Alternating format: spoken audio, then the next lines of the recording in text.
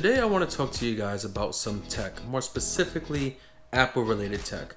And it's just a quick video to talk about some things that I think about Apple in terms of what they are putting out and what they could possibly do. If you didn't know, Apple did have a event last week where they showed some new devices coming out. They did show a new iPhone 12 color, which is purple. Quick fun fact about that, apparently it was a way to acknowledge Steve Jobs, as I believe it was the 10th year anniversary of his passing, and apparently Steve Jobs' favorite color is purple. But that's just a rumor going around, take that how you want it. But we got a lot of different announcements from Apple, one of which was a new iMac, a new iPad Pro, and like another accessory called the Apple AirTag. And we know Apple tries to do the newest thing first. They're all about being innovative and trying new things. Apple took out the power brick from phones first, and then Samsung did it. But then Samsung released their own GPS keychain tag, and then Apple is now releasing one this month. And Apple is now releasing a new iMac with different colors. And it got me thinking that, Apple wants to try new things. They want to get new devices out there. But why haven't we seen a touchscreen display on a Mac, whether it's a MacBook or an iMac? And you're going to hear the argument that, well, that's what iPads are for, especially with the newer iPad Pros, that your next computer is not a computer because the iPad is a computer. But even with the new iPad Pros and what they can do, a tablet is not going to replace a computer in terms of what it can do.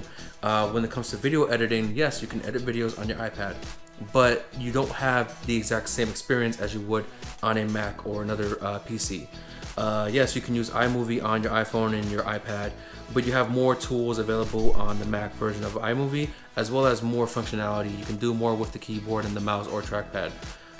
Then you look at apps like LumaFusion, which is, as Apple claims, or the company who makes LumaFusion, they claim that it's more meant for iOS devices, so iPhones and iPads, but you can use it on the Mac as well.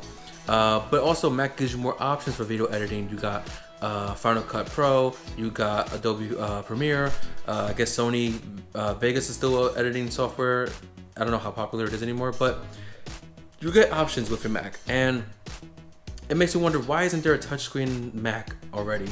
I'm not talking about the MacBooks that had the little touchpad thing or whatever it was called. I'm not talking about that, an actual touchscreen display. We've seen touchscreen laptops for many years already, and I think Macs can do it, and I'm just trying to find out why it's not a thing.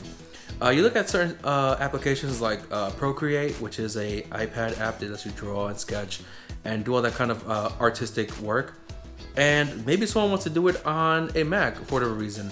We could potentially see, hey, MacBook with touchscreen now compatible with the Apple Pencil. Maybe they'll make a new Apple Pencil if that becomes a thing. But I understand why they won't do a touchscreen display, but I also don't understand why it hasn't been a thing yet, why they haven't tried it out yet. Same thing with the iMacs, where it makes me wonder, if they do decide to add this kind of feature, which model would have that feature? Because we see with the new iMacs releasing that not all models will have the same features. There is a cheaper one and a more expensive one. The more expensive one does have 4 USB-C ports. 2 of those ports are actually Thunderbolt ports, whereas the cheaper model only has 2 of those USB-C ports. And with the more expensive model, you do have a Ethernet port on the charger to give you a wired internet connection, whereas the cheaper option doesn't. And you're only saving about $200 between the 2 models. So it really makes me wonder why they do these things where this feature is only on this model. Same thing with the new iPad coming out. There is a new iPad Pro coming out in the 12.9 inch size, and there's supposedly a new 11 inch model coming out. But the 12.9 inch is the only one that's going to have the new vibrant display, or whatever they were calling it. And I think it's like it's a little bit better and faster and stronger than the 11 inch. So why not make the new 11 inch as well with that newer screen? Not everyone wants the bigger screen. I have an 11 inch iPad Pro, and I love it. I don't think it's too big of a size of a tablet. It feels great. It fits in my hand properly. It's great on the Magic Keyboard, which again, Magic Keyboard does come in 2 sizes, the bigger one costing more money. So maybe someone wants to save money by getting the one that's a little bit smaller and more comfortable. So it's just strange to see Apple do these type of things where certain models have certain features. Same thing with their AirTags that they are releasing this month. Again, the AirTag is a little keychain that allows you to track whatever it's attached to with GPS, whether it's your keys or a bag or a sweater. But while the keychain is only $30, you also gotta buy the tag separately, which can range from like $15 to $20 up to a couple $100, as I saw on their website. And I was thinking about getting a tag to see how well it'll work, because I have an iPad with LTE data, but these tags are only compatible with the iPhones, and that was a bit unfortunate. I understand why. Again, it does give you precise direction tracking for your product through your phone, but I have an iPad with data, so it should be able to work on the iPad. I don't know if it does. The website did say compatible with iPhones 11 and above, with iOS, whatever the version is, and above. So again, they tend to take certain features for one model and not put it in the other model. When you look at gaming consoles, more specifically like the PS5 having a digital and a disc-based console, they both have the same features, just that one has a disc drive and the other one doesn't.